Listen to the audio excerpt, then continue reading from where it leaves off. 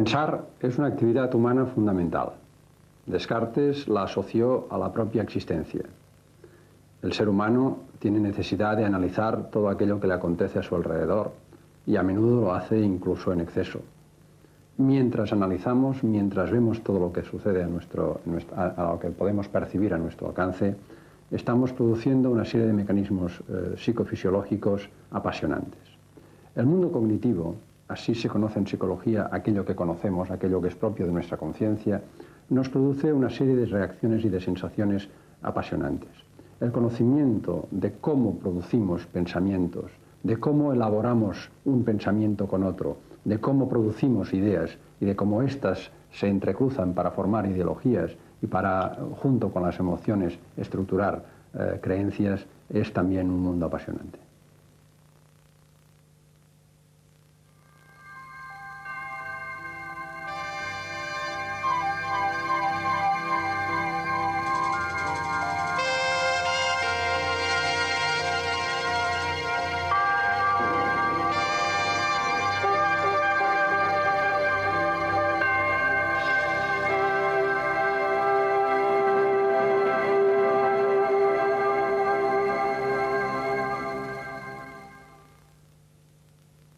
En el siglo XVII, el gran filósofo Descartes declaraba: pienso, luego existo. Él razonaba que sin el conocimiento de nuestros procesos de pensamiento no tendremos sentido de la identidad personal. Son nuestros pensamientos los que dan sentido a todo: recuerdos, experiencias, esperanzas. Entre todas las otras criaturas, solo los seres humanos tenemos la habilidad de pensar profunda y extensamente. Nos consideramos a nosotros mismos como el auténtico animal pensante. Pienso, luego existo. O en latín, cogito ergo sum. Cogito significa pienso, y su derivado, cognición, es el término general que usamos para las formas de conocimiento. Esto incluye recuerdos, decisiones, planificaciones, resolución de problemas y comunicación de ideas. El estudio de estos procesos mentales superiores se conoce como psicología cognitiva. Los psicólogos cognitivos estudian cómo la gente captura la información, la almacena, la transforma y la manipula. Aunque conocemos el pensamiento desde hace muchos siglos, solo recientemente los investigadores han empezado a descubrir cómo pensamos. Howard Gardner, de Harvard, es uno de los principales psicólogos cognitivos del país. El término psicología cognitiva básicamente se refiere a cualquier tipo de investigación o pensamiento que tiene que ver con la forma en que la gente resuelve problemas. Tenemos psicólogos cognitivos con este nombre u otro desde principios de siglo. Después de la Segunda Guerra Mundial, cuando se inventaron los ordenadores, se empezó a decir que estos podían resolver problemas. Si logramos entender su funcionamiento básico, podríamos considerar la mente humana como si fuera cierta clase de ordenador, un tipo de sistema que procesa información. Investigadores que procedían de campos tan distintos como la psicología, la filosofía, la lingüística u otras disciplinas, se denominaron a sí mismos científicos cognitivos. En los años 30 y 40, el conductismo era el área más importante de la psicología y los psicólogos creían que solo era importante prestar atención a las acciones y a los comportamientos que se podían medir. No hacían distinciones entre comportamientos animales, comportamientos infantiles y comportamientos adultos. Además, los estudiosos del comportamiento temían hablar acerca de cualquier tipo de representación interna. No querían hablar sobre ideas o modelos de la mente o ninguna cosa del interior de aquella caja negra. Se dijo que la ciencia cognitiva era un callejón sin salida. La gente piensa, ordena, resuelve problemas, tiene imágenes y esquemas en su cabeza. Todo esto es el pensamiento. Y si le concedemos a una máquina el derecho a pensar, debemos permitir a los seres humanos el mismo derecho. Una parte importante de la ciencia cognitiva era apuntar en una dirección positiva más que en una dirección sin salida. En 1958, el psicólogo británico Donald Broadbent utilizó información procesada para acercarse al modelo humano de los procesos del pensamiento. Fue el primer psicólogo que utilizó un mapa de flujo para describir lo que ocurre a la información cuando es recibida por los sentidos, cómo se selecciona la información adecuada, se filtra y se almacena en nuestra memoria.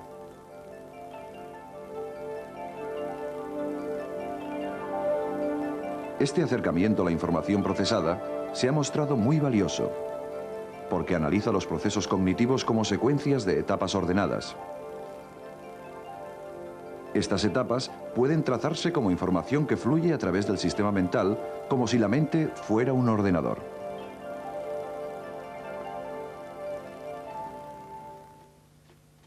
El ganador del premio Nobel, Herbert Simon, de la Carnegie Mellon University, está trabajando desde 1955 en la construcción de una máquina pensante que pueda resolver problemas como lo hacen los humanos. Nos interesamos en la posibilidad de utilizar los ordenadores como una vía para modelar y pensar acerca del pensamiento humano. Y la razón por la que pensamos utilizar ordenadores es que pueden ocuparse de cualquier tipo de símbolos, tanto si son números, letras, palabras o dibujos. Pensamos que podíamos formular qué pasaba con los procesos de pensamiento de manera más efectiva con un ordenador simbólico que si intentábamos construir un modelo matemático de él. Hoy en día, muchos biólogos piensan que los organismos son maquinaria de una clase fantástica, que operan de acuerdo con las leyes y los procesos naturales.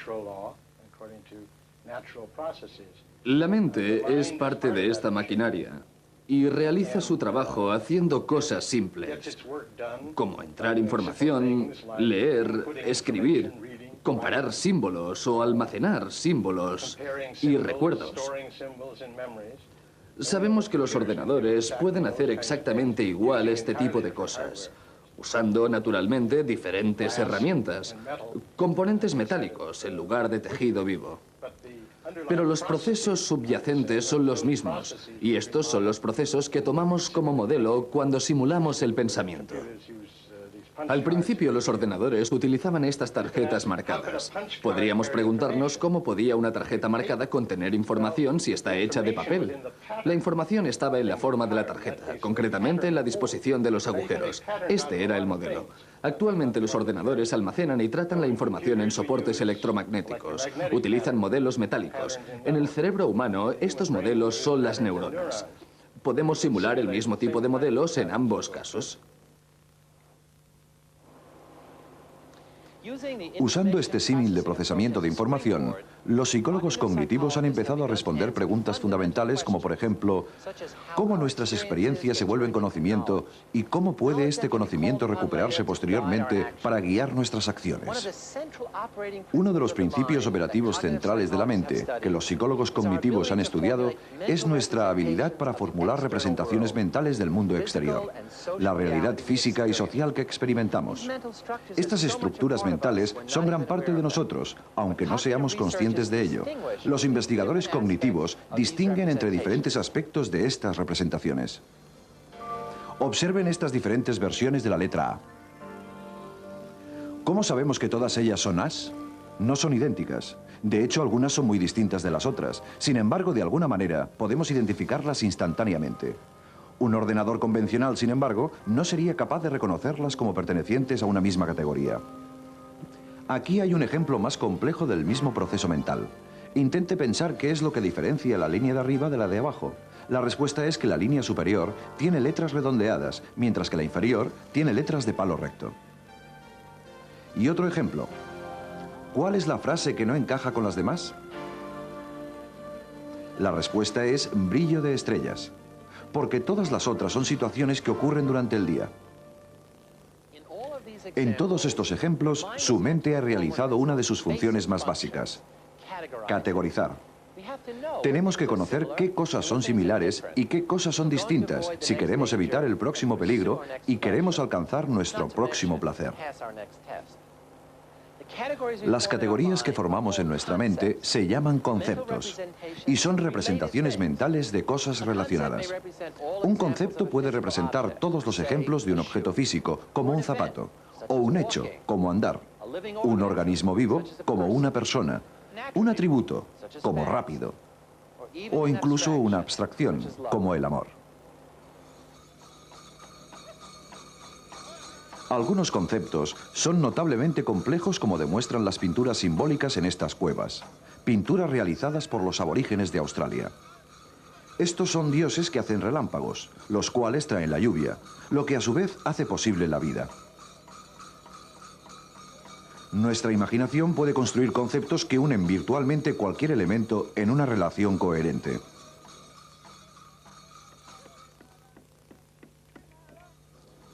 Los aborígenes tienen también una categoría que incluye mujeres, fuego y otras cosas peligrosas. En su mitología, el sol es la mujer de la luna, la cual une a las mujeres como esposas al sol. Y el sol, igual que el fuego, da calor. Así, el fuego también está unido a las mujeres. Y dado que el fuego es peligroso, todas las cosas peligrosas van a parar a la misma olla.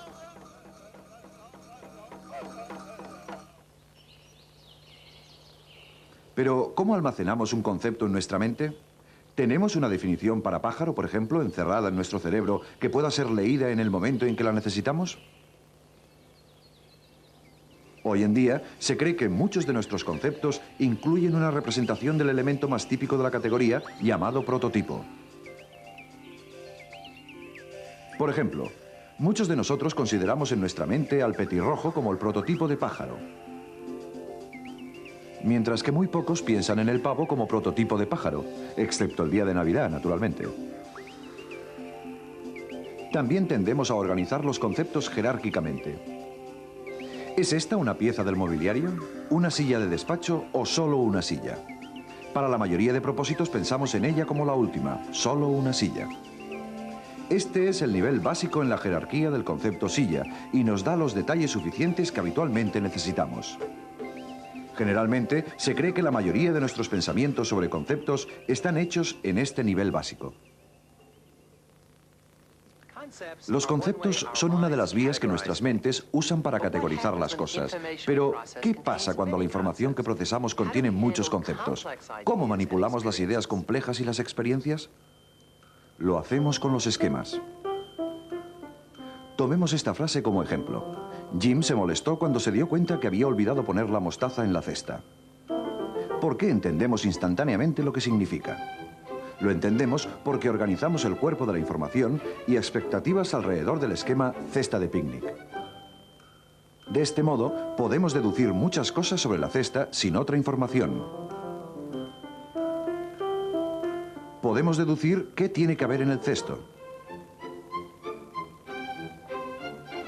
y qué no.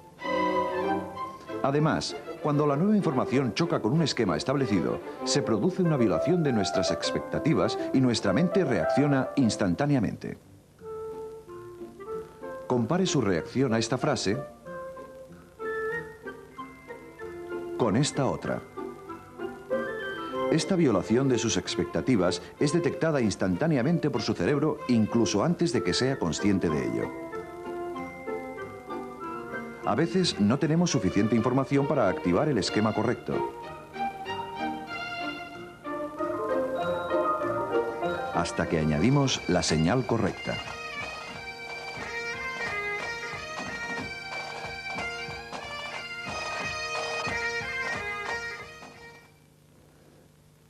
Y a veces activamos completamente el esquema erróneo. Mire bien este dibujo. Es un ejemplo de cómo nuestra interpretación de información nueva puede convertirse en falsa o parcial. Trate de recordar la imagen que acaba de ver. ¿Qué es lo que estaba ocurriendo? Para la mayoría de sujetos preguntados, el cuchillo lo tenía el hombre negro.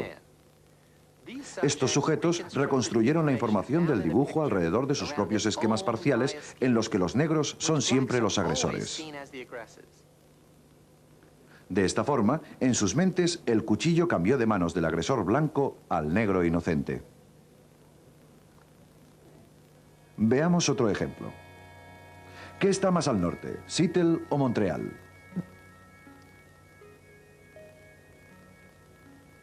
¿Y qué está más al oeste? ¿La entrada al Canal de Panamá por el lado del Océano Pacífico o la entrada por el Atlántico? De hecho, Seattle está más al norte, pero normalmente pensamos que es Montreal porque situamos Canadá siempre al norte de los Estados Unidos. Y es la entrada al canal por el Atlántico la que está más al oeste, a pesar de que asumimos que el Pacífico está siempre al oeste del Atlántico. Estos errores ocurren porque nos basamos en nuestros mapas mentales. Estos mapas pueden agrandar lugares familiares cercanos y acercar lugares lejanos, como esta caricatura del mundo vista desde la perspectiva de un ciudadano de Boston. También almacenamos dibujos mentales de objetos como este y los examinamos en nuestras mentes del mismo modo que exploramos los objetos reales con nuestros ojos. Ahora volvamos a pensar en el dibujo de la barca. ¿Tenía parabrisas? ¿Tenía ancla? Cuando el investigador Steve Kosslyn formuló a los sujetos cada una de estas cuestiones, ellos intentaban responder lo más rápido posible apretando un botón. Los resultados indicaron que les tomó más tiempo recordar que había un ancla que un parabrisas. Esta reacción más lenta significa que los sujetos estuvieron examinando una imagen visual de una barca en sus mentes. Y dado que el ancla estaba más lejos que el parabrisas cuando examinaron la imagen, empezando desde la parte trasera de la barca, les tomó más tiempo ver el ancla con los ojos de la mente. Un resultado similar ocurrió cuando se preguntó a los sujetos si cada una de estas letras era una R normal o una imagen en el espejo. Cuanto más se había girado la R, más tiempo les tomó a los sujetos contestar porque en sus mentes tenían que volver a girar las R's a su posición correcta. A diferencia de los ordenadores, los humanos a menudo procesamos la información ineficazmente. Cuando se pidió a los sujetos que planificaran un día de compras, por ejemplo, lo hicieron yendo hacia adelante y hacia atrás. Esto es debido a que en lugar de razonar el problema en una dirección lineal, tendemos a procesar la información de acuerdo con el sentido que tiene para nosotros. Si usted prefiere ir a una librería mejor que a una droguería, esto tendrá efecto en cómo solucionar el problema de planificar un día de compras. De hecho, el contenido del problema a menudo determina cómo podemos resolverlo. Si por el contrario fuéramos lógicos, la forma del problema, no el contenido, sería el factor crucial. Así, incluso pensando que la solución a los problemas humanos puede ser racional, no hemos sido diseñados para ser excesivamente lógicos. Y ahí es donde nos separamos de los ordenadores. Usando ordenadores como modelo del pensamiento nos ha enseñado que los seres humanos no somos excesivamente racionales. La manera en que aplicamos estereotípicas formas de pensar, maneras perjudiciales de pensar, pensamientos que vienen precedidos de una imagen mejor que de proposiciones razonadas. Resulta paradójico que tan solo usando un ordenador como modelo de pensamiento hemos podido ver distintas situaciones en las que el comportamiento humano se desvía totalmente del típico razonamiento paso a paso, sistemático y lógico. Mientras los investigadores han intentado entender el funcionamiento de la mente, tanto racional como irracional, muchos han pasado por alto la máquina que realmente nos dirige. Ahora, algunos científicos cognitivos se empiezan a preguntar cómo la fisiología del cerebro nos capacita para razonar, aprender y recordar. Michael Posner, de la Universidad de Oregón, utiliza técnicas de imaginación cerebral para explorar qué partes del cerebro son usadas en específicas tareas cognitivas como la lectura. En la actualidad podemos estudiar los mecanismos de lectura usando un método llamado Positron Emission Tomography, el cual permite mirar el flujo de la sangre en diferentes áreas localizadas del cerebro, en gente normal, al realizar tareas cognitivas como la lectura. En nuestros estudios teníamos gente que leía palabras sueltas que eran presentadas directamente delante suyo y tratábamos de estudiar las operaciones implicadas en esa simple tarea. Realizamos un primer experimento con gente que únicamente miraba las palabras sin hacer nada con ellas. En un segundo paso, les hacíamos leer las palabras en voz alta. Y en tercer lugar, les pedíamos que dijeran el uso de cada palabra. Por ejemplo, si tenían la palabra martillo, podían decir golpear. En cada una de estas fases, podíamos mirar las áreas del cerebro que estaban activas. Es decir, en las que veíamos diferentes niveles de flujo sanguíneo cerebral. Dividimos esas áreas utilizando distintos colores. Cuando una área es muy activa, es de un color brillante, blanco o rojo. mientras que cuando está prácticamente inactiva, es decir, cuando difiere muy poco entre la condición inicial y la experimental, le asignamos un color oscuro, púrpura o azul. De esta forma, localizamos áreas muy específicas del cerebro que se activan en los diferentes momentos de la lectura. Por ejemplo, cuando pedimos a la gente que nos diera el uso de un nombre, golpear el martillo, encontramos solo dos áreas especialmente activas en todo el córtex del cerebro para esta tarea. En otros experimentos pudimos mostrar una de estas áreas que está en la izquierda, en el lóbulo frontal izquierdo. Estaba relacionada con la asociación entre martillo y golpear. Otra área localizada en la zona media parecía estar más relacionada con nuestra atención. Esto es, con la atención necesaria para generar esta asociación o ser consciente de la asociación, poder almacenarla y transmitirla a un tercero. Nos sorprendió mucho que estos procesos mentales de nivel superior estuvieran tan localizados y que fueran tan comunes a los sujetos estudiados. En la mayoría de casos, las personas que estudiamos mostraban el mismo tipo de actividad, sugiriendo que estas operaciones están hechas de una misma forma por distintas personas.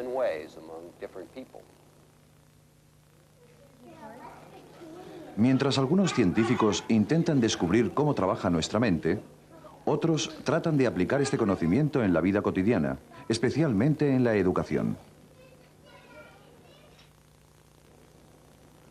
Robert Glaser es el director del Centro de Aprendizaje, Investigación y Desarrollo de la Universidad de Pittsburgh. La misión principal del LRDC es el estudio del aprendizaje en todas sus formas. En las escuelas, con la gente que aprende en la calle, con la que aprende en los pueblos, a gente que aprende en culturas sin escuelas. La naturaleza del aprendizaje en todas sus formas. Algunos trabajan en la lectura y la comprensión. Examinan la relación entre habilidades básicas y lectura y niveles más altos de comprensión. Examinan la relación entre la obtención del automatismo, procesamiento automático de palabras, necesario para entender el contenido y la semántica del párrafo.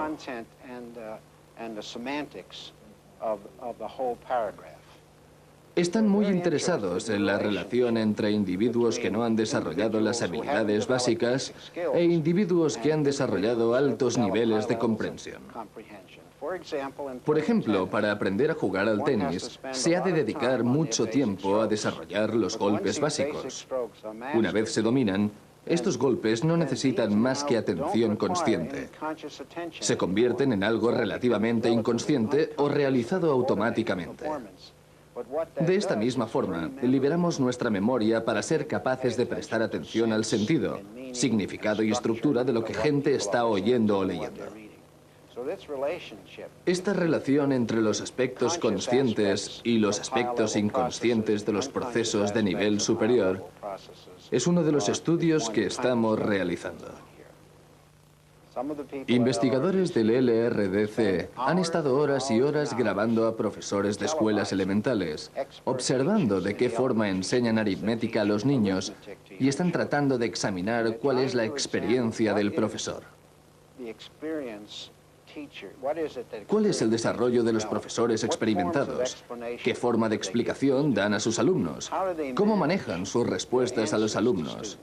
¿Cómo los motivan? Intentamos entender cuál es la naturaleza de la explicación, cómo estimulan a los alumnos y cómo los hacen pensar.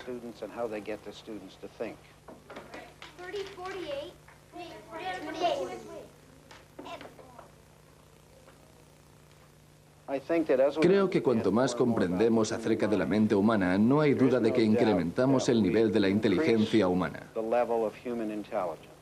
Siempre habíamos considerado la inteligencia como algo natural, como un don natural del individuo. Yo entiendo la inteligencia como una habilidad cognitiva, una habilidad para resolver problemas y una habilidad para aprender. Me parece que cuanto más sabemos acerca de la memoria humana, más aprendemos sobre cómo solucionar los problemas de las personas.